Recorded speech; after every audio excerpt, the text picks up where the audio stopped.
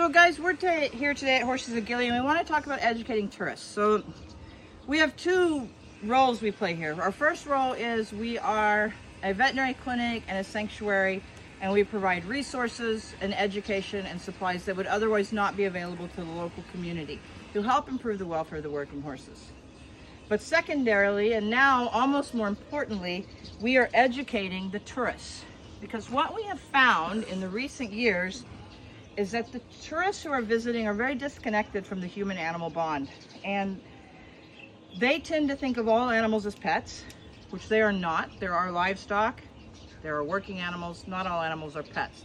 You don't have to like this, but this is a fact, not an opinion. And they also think that any working animal is abused. And again, this isn't true.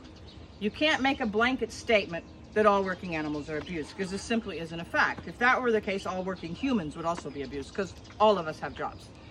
And I would say that many of us probably aren't really that fond of our jobs and would probably choose some other job to do, but that doesn't mean we're abused. So, in the concept of working animals, what we have to think of is we have to look at scientific parameters on how to evaluate the working animals. We have to look at their body condition.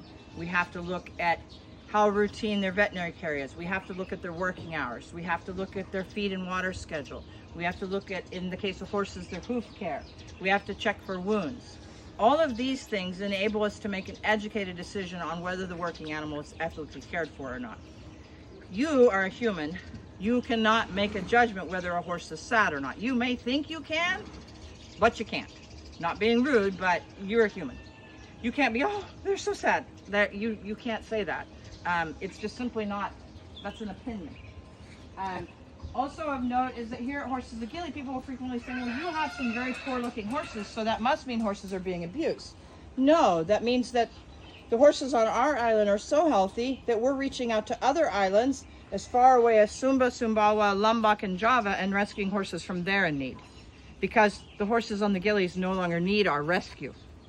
And we do this because bringing in these horses helps to educate both the tourists and the local owners.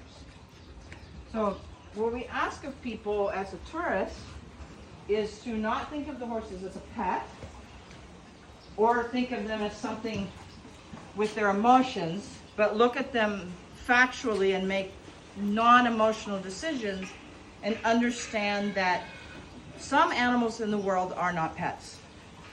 This is not my opinion, again, this is a fact. 90% of horses in the world work. Only 22 countries in the world do not rely on working animals. So it is a fact of being a human that we rely on working animals. You don't have to like this fact, but it doesn't change the fact.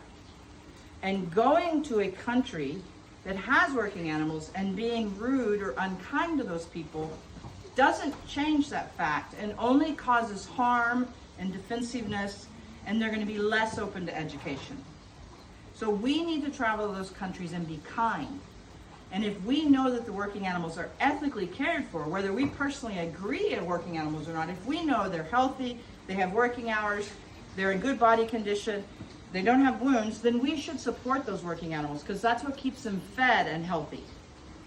Not supporting them doesn't help anyone, and it only creates animosity, and you have the us versus them mentality. And you have the people in the countries that are less wealthy, with less resources, very defensive against the traveling people who are more wealthy with more resources and have the ability to travel. And that's not what we want. What we want is for the people in the countries we visit as privileged Westerners to welcome us and to be thankful we come and to look for and seek knowledge from us. But they won't do that if we judge them. So above all, when you travel, you need to be kind, and you need to remove your personal opinions and your personal emotions from discussing working animals and deal with it on a factual, ethical basis. Thank you for watching.